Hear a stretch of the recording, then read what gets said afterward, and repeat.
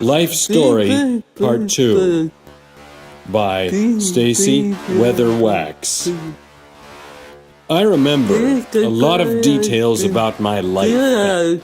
People tell me I don't forget things easily. I suppose I don't forget things because I think about the details of my life at night when I'm in bed and sleepless. At that time, ideas come into my head, in just as much as other times. I guess I have a lot going on in my mind all the time, and even when I'm asleep, I seem to be dwelling on things. In my mind, I talk to myself. I think in words and see pictures and hear sounds from out of the past. I've told part of my story before, but I have some more things to say, and I have some things I never said back then. But now is the time to say them.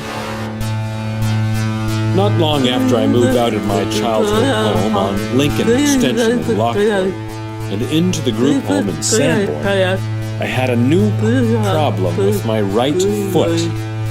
Mom noticed that my foot was turning over to the right side. The sole of my foot no longer rested flat on my footrest. It was hard for me to keep it flat. It didn't hurt, but I went to see a doctor at ECNC. I needed to have a surgery to put my foot back to its place again. So they put me to sleep for the procedure, and I woke up, and then Mom took me back to her house so I could recover for a while. It hurt my foot to be in bed, and I spent about a month at Mom's house, taking off time from going to 7 Community Drive. I enjoyed being at home for that month, and I didn't even really want to go back to 7 Community, but I did. And my foot was just fine, and it's been fine ever since. A few years after the foot surgery, I had to have another surgery. One day, Mom noticed that the skin under my left eye was hard and swollen to quite a large size. Something hard had formed under my left eyelid, a kind of benign tumor. I couldn't even feel it there under the skin, but Mom could see it. I had to be anesthetized yet again for the doctor to remove the tumor from under my skin. The doctor said it was a good thing we caught the tumor in time, because I could have lost my sight in that left eye if I'd left it untreated. After that surgery, I didn't get to stay with Mom, and I had to go back to 7 Community the very next day. What a jip. Back in November 2011, I had to go see the doctor because there was blood in my urine. Mom was the one to see it first when I went home to stay overnight. After Mom and I left the doctor, I went to my group home, and Mom went home to her home. By the time I got back to my place in Sanborn, Tara, the group home manager, came to my room and told me that Mom had come to my group home before I even got there. Mom told Tara to tell me that the doctor said I had bladder cancer. I didn't know what that meant exactly, but it was scary. Moreover, I didn't know why Mom didn't tell me herself. She wanted Tara to tell me. I assumed that Mom was just too sad or too scared to tell me herself. That night I couldn't get to sleep at all. I was worried. I didn't know what would happen to me. The next day, Mom came to my group home. I asked her what was happening and what it meant to have this bladder cancer. Mom didn't want to talk about it. Mom must have had a very hard time dealing with that information. But I had a hard time dealing with it too. My scare with bladder cancer marked my first real brush with death. I was scared to die and go goodbye. I had been in a car accident before, but the Oklahoma crash, it happened so fast that I didn't really have a lot of time to think about it.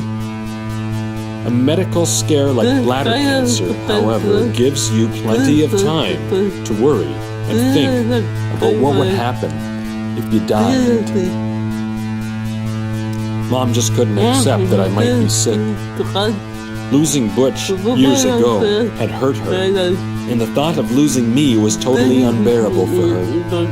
I accepted that.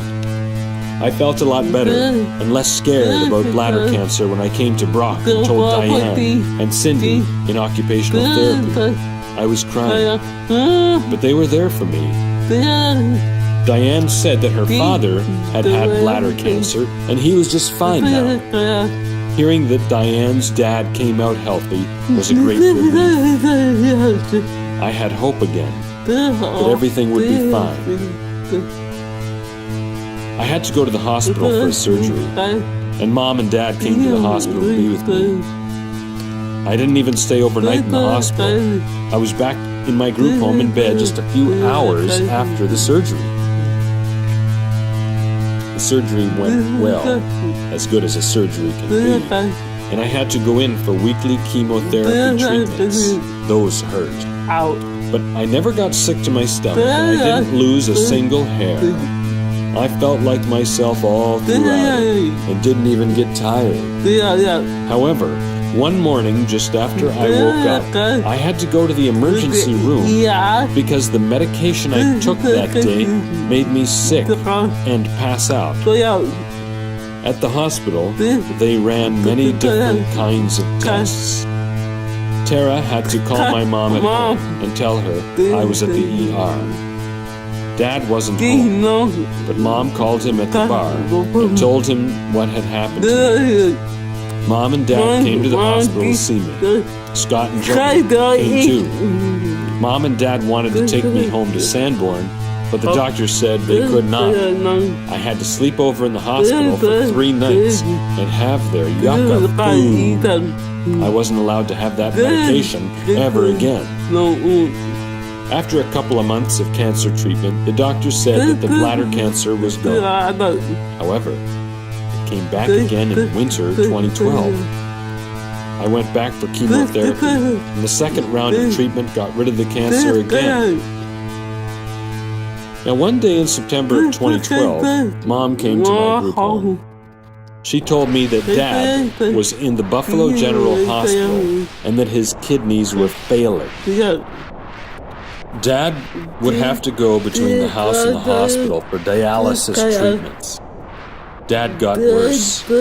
He came home from the hospital for Christmas 2012, and he passed away on December 28th. He was 78 years old.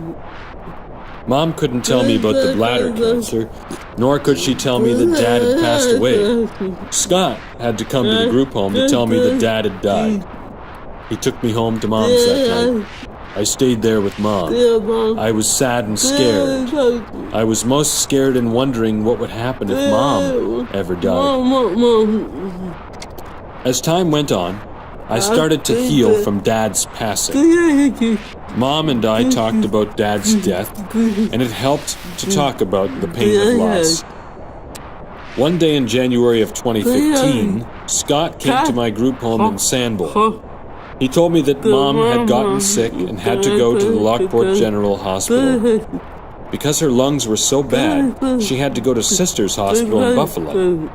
She got better for a while, came home, and we went out a few times to Reed's. But after dinner on Wednesday, June 15th, Scott and Joni came to the group home to tell me that Mom had died.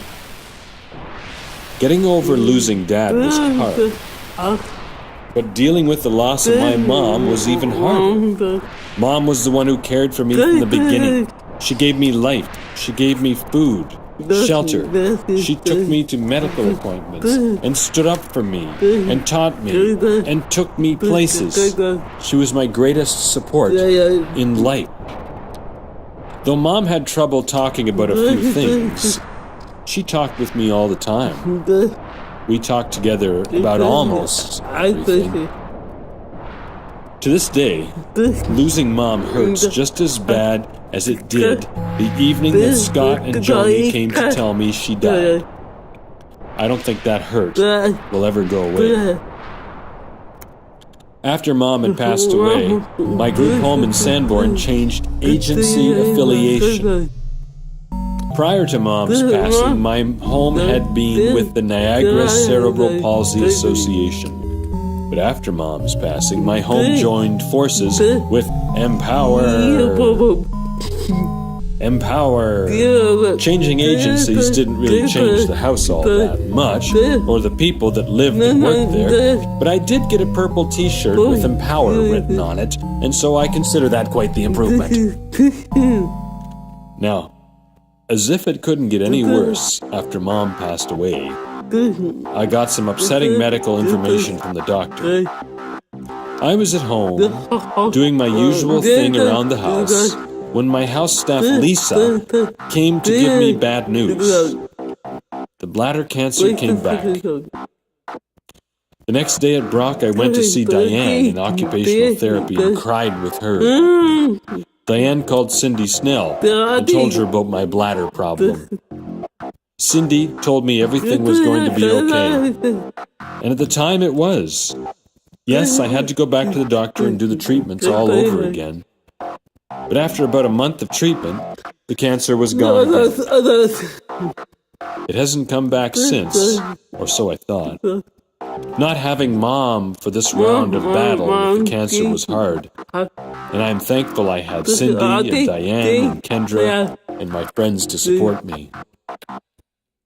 Some things in life ease its pains and challenges. Coffee does it for me. Before the time of Mom getting sick, Denise at Brock started serving me morning coffee. I loved getting to have a second coffee when I arrived at Brock. I loved it, bringing the coffee to the art room and enjoying it, and all thanks to Denise. Jody wasn't there anymore to say I couldn't have the coffee in the art room. Denise made me break up cardboard boxes for her in exchange for the coffee she would make. But dealing with all that smelly old cardboard brought me back to the worst period in my life. Working at the cardboard box factory for 7 cents a week. Alex and I made a song for Denise called Crazy D. The words were all about the things she likes and does with her dog Cheyenne, though we never mentioned her yucca smoking habit. Denise teases me. I tease her back. We laugh together. We've come to know each other well. Coffee can do that. Bring people together. Give them a little something pleasurable to enjoy together. It was coffee that inspired the making of the music video, The Coffee Song. The other source of inspiration for that video, which can be seen all over YouTube now, was Scott's pretending to climb trees and fall down. He made me laugh when he did that climbing up and falling down routine, and so that made it into the Coffee Song video. Now, before the Coffee Song video, I wrote and made a movie called The Monkey, which was supposed to be scary and funny at the same time. And this movie was fun because Sarah Sonnenberg, Lisa Brown, and Alex all came to Brock to help film the movie. Sarah played the monkey in the woods. Lisa played a very mean art teacher. Alex did most of the camera work for that movie. Denise Spencer, the lady who makes me coffee, she made a special appearance in The Monkey. We see her on her hands and knees, angrily scrubbing the floor of the monkey footprints we painted onto her precious linoleum floor. I'm a big fan of the Highway to Heaven series, and in January of 2017 I uploaded to YouTube another video that was called Brockway to Heaven, which was inspired by the original Highway to Heaven series starring Michael Landon. First, Alex and I wrote a few stories based on the hit 1980s television series, and finally we turned one of them into a video. The video is very funny. It features Alex as Michael Landon, the angel, and Irwin as the bearded Mark Gordon, and Jen Baker as the CEO of Braca Dahaba, and myself as Scotty, the lawyer. And you see, in the original series, Scotty was an actor named Jim Troish, the first actor I ever saw on TV in a power chair. I looked up to Scotty because he was like me, and I saw him on television. I remember how funny it was when we put black paint in the Brock toilet bowls to create the effect of hot black coffee in the pipes. Alex worried that the paint stained the pure ceramic of the bowl, and Joe, who takes care of Brock, would be mad at the bowl stain. Also, I always laughed when I see the part where Alex the angel follows his nose, which sniffs wildly down the hall. In summer of 2017, I decided to make a video about the songs I make. This video, called Making Weatherwax Songs, which is also on my YouTube channel and you can see it, is educational. I wanted to show people the process of songwriting as I have experienced it. Though informative, the video is also funny. At the end, I conclude that the most important part of songwriting is the making of new ideas. That's what's so important to me. One Tuesday about 3 years ago, Cindy Snell came to the Brock Art Studio and said she had something special to talk to me about, and I was to report to her office the moment I was done with Alex. Snell said, "Stacey, would you like to read books to children? You could use your Dynavox." I wanted to know where these children were. Cindy explained how her daughter, Kayla, worked at a daycare called Candy Land that was near my home in the Sanborn area. I agreed to read to the children, and Kayla chose the book for me. Cindy helped program the words into my Dynavox. The first time I went to read, the kids were loud. They didn't pay attention very well, but they were only about 4 years old. Kayla tried to calm them down, but anyone who knows kids knows the challenge of controlling a child's behaviors. Every Wednesday morning at 10 a.m., when I arrive at Candy Land, which Alex jokingly calls Little Snot's Daycare, the children greet Cindy and I at the door.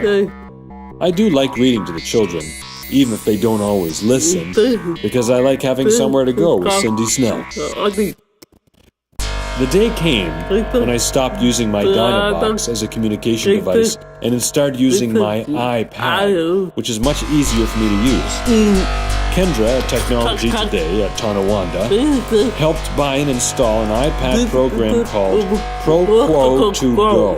That name again is ProQuo2Go. And it helps me speak.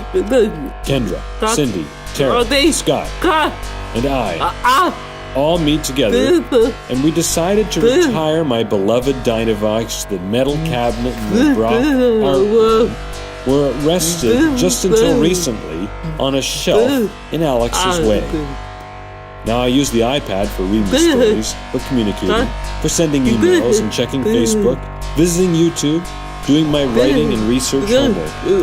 I like doing homework, and I ask Alex frequently for assignments. Doing homework helps keep my mind busy. Another hard part of life was selling off the house I grew up in on Lincoln Extension and Lockwood. After Mom passed away, Scott emptied the house of its contents. This house had to belong to someone. Mom left the house to Scott in her will. But Scott's son, Scotty, wanted to buy the house, and I liked the idea of little Scotty owning it, because that would mean I could visit my old home and maybe even have holiday dinner there sometime. But something went wrong with the whole deal they tried to make, and Scotty ended up not buying the house. Someone we didn't even know bought the house. They moved in, changed it quite a bit, and I guess I'll never get to go into the old house again. Also at that time, I had another scary thing happen. A woman from a spire of Western New York started asking around about me. She wanted to know if I was capable of holding down one of those jobs people have sometimes. She first went to see Alex and Lisa to ask them about my abilities. And the woman would next go to consult Kendra, and then my brother Scott. Alex sent me a message saying I didn't have to worry or do anything I didn't want to. Furthermore, there were no jobs to be found out there anyway. Nevertheless, I was still scared, and not because I'd have to work, because I'd have to miss days at Brock and Technology Today, those places I love to go. At the end of the whole work evaluation thing, I didn't have to work at all. But I was relieved that I could keep doing my regular schedule as I'd done before. Yeah, I've gone through a few scheduling changes, and now I go to Technology Today in Tonawanda for 3 full days a week. That's Mondays, Thursdays, and Fridays. That's Mondays, Thursdays, and Fridays. While there recently, Kendra helped to set me a brand new goal. I work with Kendra to learn new words from the dictionary every day, and then I use one of the fancy new words in a sentence that I'll post on Facebook. This helps people learn new words such as festoon, which means to adorn or decorate using garland, ribbons, or flowers. Going to tech on those days meant that I go to Brock for the remaining days, which are Tuesdays and Wednesdays. On those days, I have to get in all my painting, story writing, and song recording with Alex. Because I do go to read to the kids on Wednesday, and I don't always get to work with Heath on Wednesday. So that means I have a lot of art done on Tuesdays with Alex now. A very sad part of my recent schedule change is not getting to spend time with Lisa Brown on Mondays. She switches with Heath and Alex sometimes to come work with me at Brock, so I'll still get to see her and work with her. The last couple of years I have been doing more songwriting and story writing and recording and painting. I prefer doing stories and songs because they are funny, they make me laugh. And again, writing makes me come up with new ideas. I love Brock, but I decided to stop coming in on Mondays because I wasn't getting to use the bathroom when I wanted to. When I would ask the staff members in the room to help me in the bathroom, the staff would just sit there for a long time doing nothing. I wasted a lot of time waiting for that bathroom, and I'd wind up missing my art time with Lisa, who would have to go home by the time I was done in the bathroom. So I decided to go to tech on Monday, and I've since switched to a different room at Brock, where I get to use the bathroom when I want to. Another thing that gets on my nerves is having to eat lunch. The house makes my sandwich at 2 p.m. the day before my lunch. So making a sandwich like 22 hours before I eat it makes it kind of hard to eat because the sandwich is wet, soggy, cold, and disgusting. The worst kind of sandwich is the ham sandwich made the day before. Don't do this, ever. The best kind of made the day before sandwich is peanut butter and jelly. And if I had my way, I'd have a peanut butter and jelly sandwich, but made just before I eat it. Doesn't seem like too much to ask for, does it? When I'm at Brock or Tech Tonawanda, I spend most of my time on my iPad. I listen to music, mostly my own music, and I send messages to people, such as Alex, his mother, and I post things on Facebook. The past few months, I have been putting up YouTube videos of my songs and stories, and this makes it nice to listen to. Also, I made a YouTube of the OT Snell song repeating again and again for over an hour. I don't think I can ever hear enough of that song. No, I haven't been to Reed's in Lockport since June of 2017. And Alex, Bill, and I met up with Heath and people from the Aspire Club down by the Erie Canal in Lockport. We had to go down a long hill to get to the canal's edge, where we took photographs of the canal and the boats and of each other. After we finished with photography, we all went to Reed's, where I had a burger and fries with pop. I had my photo taken outside the Reed's sign. It was good to be back. I hadn't had Reed's in almost 2 years before that, when Mom and I ate it together. When we got back to the Brock art room, I stuck out my bottom lip to be funny, because I wanted to go back to Reed's again real soon. I still haven't been back as of right now. The sticking out the bottom lip routine has kept us laughing since then and for a while. Another ongoing joke that Alex and I share together is the old mouse in the fist routine. I'll hold up a threatening fist. Alex will look at it and say, "Oh, you brought your pet mouse in today, how cute. Make sure you open your hand to let him breathe every now and then." When you have a disability, a lot of people talk to you about setting your goals. But I would really want my life is to have a paycheck coming in on a regular basis. Not just a few cents like that I got for that old lousy cardboard box factory job, but some real honest money for a job I could do and feel good about doing. I'd love to work with people who need physical therapy. To be honest, I don't like having to do physical therapy, but ever since I was a child, I wanted to help others do their physical therapy. How nice it would be to be paid for doing that.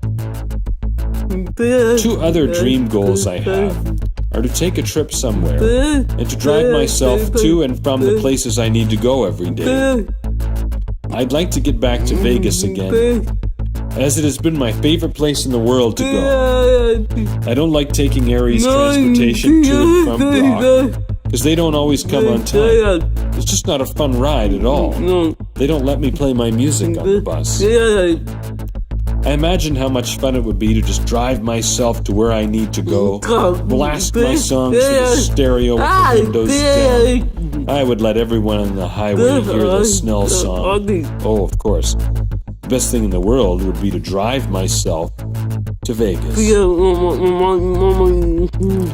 Right now, as I write this, I'm feeling sad. The same day I wrote about defeating bladder cancer, I went to the doctor and had to be anesthetized for a cancer screening test. And I've had this test a few times before. 2 days later, Lisa, who works at my house, came into the kitchen when I was using my iPad. She told me that the doctor's office called. The bladder cancer came back again. Hearing that broke my heart. Before she came and told me, I was feeling fine. Not sick at all. I was looking forward to going to read with Cindy Snell.